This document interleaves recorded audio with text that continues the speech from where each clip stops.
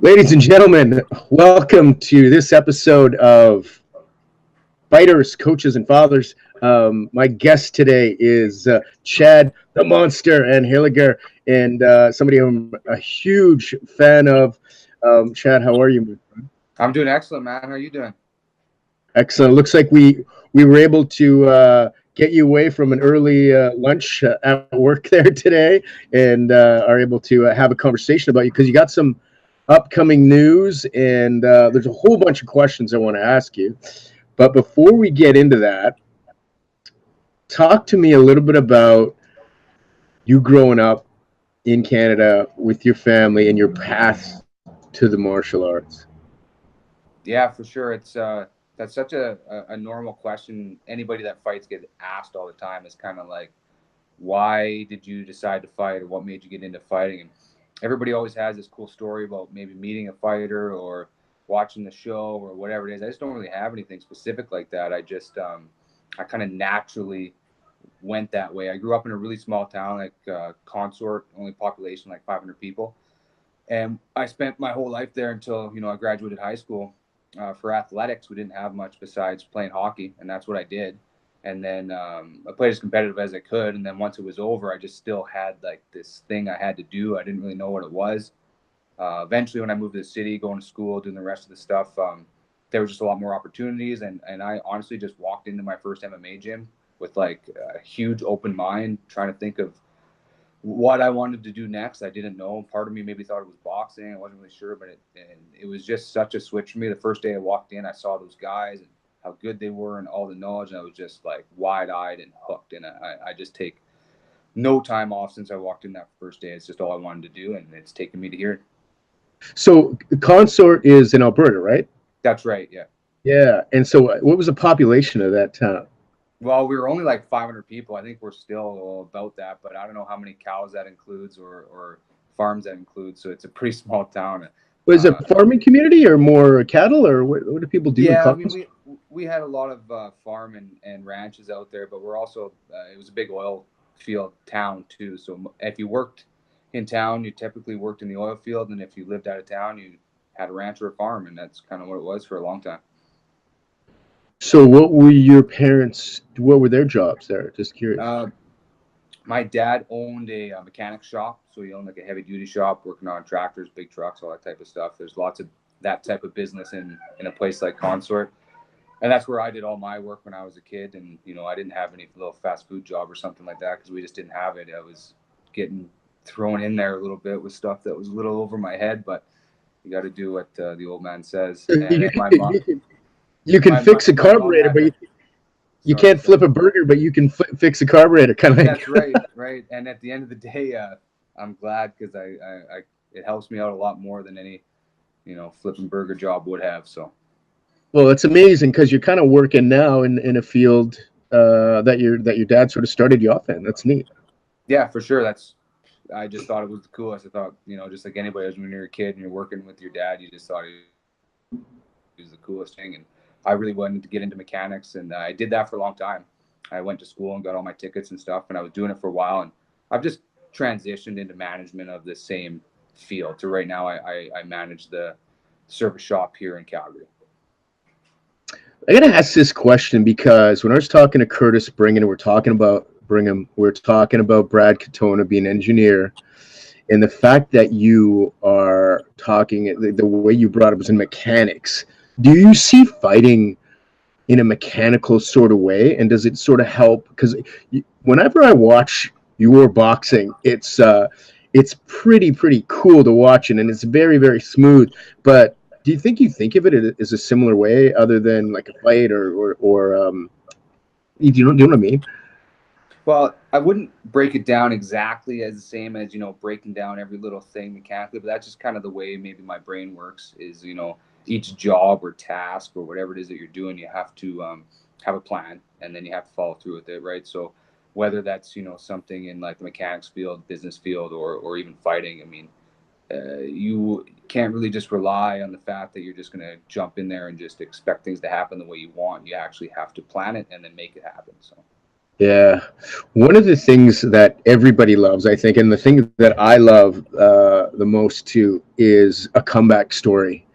And when we interviewed Brian Bird, you probably watched the interview, and when he talked about Chad Anheliger, we were talking about your fight with Eric Wilson at MFC one, which was amazing. Eric Wilson is fantastic, and you just won every round in that fight. It was amazing to watch. But Brian, when he says, well, when we got Chad, he wasn't very good. He didn't really have a great record, but he seemed to have this incredible work ethic. And so talk to me about the transition from that former school you were at to going over to Champions Creed. Yeah, man, that's just a major role in my martial arts journey. I mean, it was a huge step for me. It was really hard to do at the time too, because I went to my first gym, Canuckles MMA. That's where I go back to the original story. The first gym I walked into, and they got me hooked on martial arts, and I loved it. And I loved the guys there. I loved my instructors. I loved everything. But I wanted to compete, and I was competing at the highest level that my gym was really capable of taking me. And I did okay, and I kind of did the path that a lot of guys from our gym did. We fought some good fights, had some big fights. Nobody really made it that far. Everybody had an okay record, and it just wasn't enough for me. I knew that I could do more and do better, and I didn't know why. I didn't know why I was losing these fights. I'm doing everything I'm supposed to do. I'm working my ass off. I should have been winning. I don't know why. And then, man, it was a big push. It was either quit or go to a new gym, try it all again. And that's exactly what I did. I went to Brian's gym at Champions Creed, and I was a white belt, and I started doing everything again.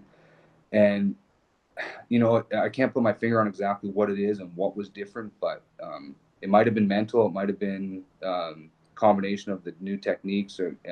Brian has obviously created a lot of really good fighters, like at the highest level. So, I mean, that confidence, so you're doing the right things when he's teaching techniques and stuff. So I think it's a combination of I got some good techniques, I got some great partners, and I just mentally was a lot stronger knowing I was literally doing the best I could possibly do for myself for fighting. I went to the best coach in town, the best gym in town, the best sparring partners in town. So then there's just no more excuses. It's up to me. So I think mentally it helped more than anything. But man, I love where I'm at. We got such a good gym, so many skilled guys, and the positivity and the team atmosphere is what keeps you actually training every day and getting better. So. Yeah, well, and I've known Brian Bird for 20 years, and he's a jiu-jitsu guy from back in the day, Mm-hmm. and he always said that your boxing striking skills were pretty amazing. But what did you bring sort of the boxing to there, or is there a boxing coach over at that gym that sort of helped you with the angles as well and how you're fighting? Yeah, like Brian's done tons for me in the ways of jiu-jitsu and jiu-jitsu for MMA. That's really where I excelled the most. Was game planning jiu-jitsu stuff. But we have Chad Sawyer as a Muay Thai striking coach, and he's one of the original. He's a world champion too. I mean, was at the highest level at his own during his own time. But he's one of the guys too that open-minded and has that striking view of outside the box. Yes, he was traditional Muay Thai. Then he started competing pro boxing and other stuff too. And this is back in the day, so he was one of the guys who first started transitioning different martial arts and striking. So he's like a natural MMA style striking coach because he doesn't shut things down because they're not traditional. And it allows us to just we have a super strong striking team right there right now, just as strong as our jiu-jitsu side. Yeah, well, I think that was no more evident when you saw Hakeem fight in UFC Calgary and win and his level changing his body shots and his shot. But I mean, you've been fighting a long time, man, and you've been doing stuff. And at 125, I think that's a really good weight category because two things are happening. If you're a heavyweight fighter, there's not a ton of heavyweights. And if you're a lightweight at 125, there's usually not a ton. But it's a difficult path sometimes to get to those higher levels. And what does it feel like when you're sitting there with the team at the UFC watching guys you train with like Hakeem and Jordan Mean and those guys? Does it eat at you? Does it inspire you? You know? Man, it's all about the inspiring, man. Because I was lucky enough to be in the corner with Hakeem. So we were in the back room. We did the walkout. We did all that big stuff, the big lights, the big media. It was super cool. It was a little overwhelming at first, but then when you get back there, man, they're just like us. I've done this shit for a long time. I've been in a lot of back rooms. I've warmed up a lot of fighters. I've done a lot of fights myself. It's the same thing. Guys are obviously more professional, and you don't get the same type of crap going on from the promoter or from whatever. So, but it's essentially the same thing. There's a back room. You warm up. They let you know when it's your turn. You go out there and you fight and you come back. So I've done that a lot of times. So if anything, it kind of humanized it a little bit when I'm sitting here watching these guys at the highest level, even at my weight in the back room. And obviously you're kind of paying attention to everybody back there, and they're no different than me. I've done this stuff a long time too. I could be just as comfortable in there. So I was really lucky to get the experience, to see what it was all about, to watch Hakeem. And just being a training partner of Hakeem is as lucky as you can get. He's one of the best in the world, and he'll be a champion real soon. What's as a corner guy, what's the thing that you're concerned the most about, and then what's the thing that I mean, obviously being right there would be good, but what concerns you the most is being in a fighter's corner? Well, it's just before they walk out. I mean, the emotions they go up and down, and you're constantly trying to find the right one before you walk out. You don't want to be too low. You don't want to be too high. It's kind of like this balancing act, and you're just watching them. You know them because you've been training with them. You can see if all of a sudden they're just, they got a little bit of pent up. It's like, hey, maybe let's move around a little bit. That helps bring them back down. Or you see that they're, really lethargic and not, you might want to pick them up and say, okay, let's move around like this, or do some visualizing, or just something like that. You just want to watch them and try to manage their energy level before they go out.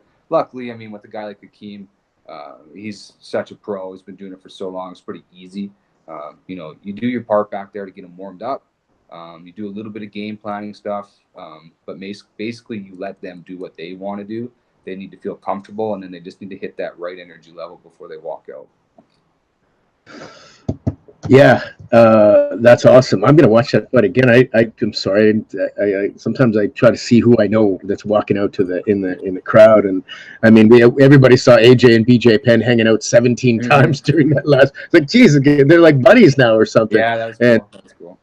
But I'm gonna go ahead and make sure I see you on that.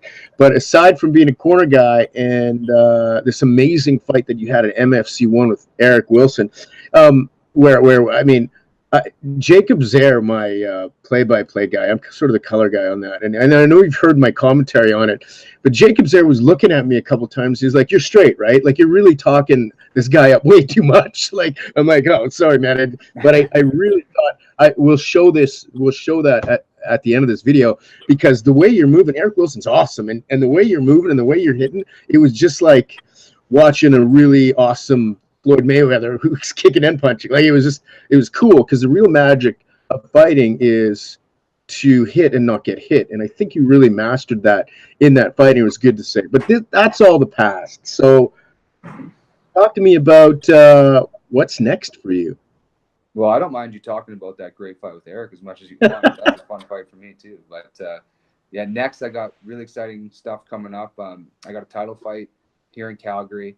For 125 title with Unified MMA against Terrence Chan, a really tough guy out of Vancouver, I think is where he trains out of. But I'm so excited for it. Like I just knew I had a big fight waiting for me, and I've been trying to searching and waiting and trying to find one. And I got turned down by a lot of guys when I was trying to get some fights, especially at the weight that I'm always after, which is 125. I keep taking these other fights, so then promoters think that I'm fight at 135, so they give me offers that aren't the ones I'm looking for. And it's just kind of been a little frustrating go, because I've won a bunch of fights. As you start winning fights, people start calling you out, but then as you keep winning, those call outs go away really quick, and nobody wants to fight you. But now I finally got a solid opponent. We got the contracts for a title, 5 rounds. It's the big test that I want, because I just don't put my body through training camps for nothing. It needs to be for what I want. That's going to further my career. Somebody that I know is a veteran, who's skilled, who's going to show up. They're going to be on weight. They're not going to pull out, none of that amateur stuff. We're going to sign this fight. I'm going to put my body through a training camp like I always do. And then I'm going to get the reward, which is a big shiny belt. So that's Unified in Calgary. What's the date of it? November 16th. November 16th. Very cool. Before we get moving on, and this is a bit of a quicker interview because we had to do a bunch of stuff before, but I want to go back a little bit, have you maybe answer a question that I ask everybody when we do this podcast, because I think as you're growing up as a kid, there are certain moments in your life that sort of are what we call defining moments. And as you were growing up as a kid, what was one of the best lessons that you ever learned from one of your parents, and then we consider a defining moment? Do you have any of those? Yeah, it's hard to pin down exact specific things because I was pretty lucky because my dad passed away too about 8 years ago now, but he was like a pillar in just so many ways in the community in athletics. He coached all of our teams. He played very high level football and hockey, as high as you could possibly get when he was younger too. So he always really pushed athletics and basically what you could gain and find out about yourself through things like athletics. So when we played hockey, and I have two younger brothers too, and we were all the same way, very passionate. That feeling of digging down deep inside yourself. Some people dig down deep and they don't bring anything up, but when we do, it's something I feel like me and my whole family has is whenever we dig deep, you're surprised at what you find down there because you still have so much to go and so much to give. And that's just the main thing I got from my dad was that everybody has that from their parents where that whole you can do anything, but man, I really, really got that instilled from him, and I really do feel like I can do anything. Man, I love that what you just said. Sometimes when you dig, everyone digs down deep, but sometimes they don't come up with something. What do you mean by that? Well, it's just pushing yourself. I mean, everybody, you got to push yourself in all kinds of ways in business and in life and in relationships and in athletics or whatever it is. I mean, you just can't be comfortable. You got to reach as far as you can possibly reach. I mean, you never know how far you can go. So I never wanted to stop. I never wanted to give up. Even when my record was 2-5, I still saw that ultimate goal way down the line of making the UFC. And it's like, why would somebody 2-5 ever think that? But I just knew it. I knew that I could. I just was almost annoyed I was going to have to wait so long to do it because it's like, in my mind, it's already done. So in my mind, that stuff, it just doesn't faze me at all because I just see the end goal. I know what I plan to do, and I know it's going to happen. So I just need to go through the motions and get it done.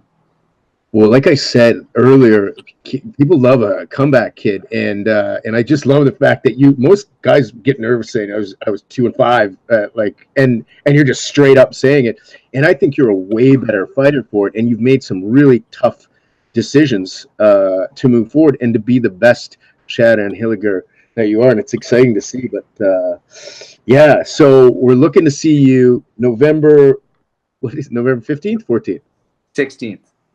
November 16th, in Calgary at Unifight versus Terrence Chan. Anything you want to say to him? Yeah, man, I'm just real glad Terrence is doing exactly what I just said. He's taking a chance and he's reaching as far as he can reach. He doesn't have what I have, so it's going to be a bad night for him. But I'm glad that he's taking that risk and that chance. I know he's was a professional poker player. So there's all kinds of puns I can make about him going all in on the fight, etc. But there's two of us are fighting. We're both real skilled, but one of us is a killer, and it ain't him. So, Chad Anheliger, the monster himself. Thank you so much for taking the time. Look forward to see that fight on the 16th of November at Unified. Take care, brother, and we'll talk soon. Thanks, man. Appreciate it.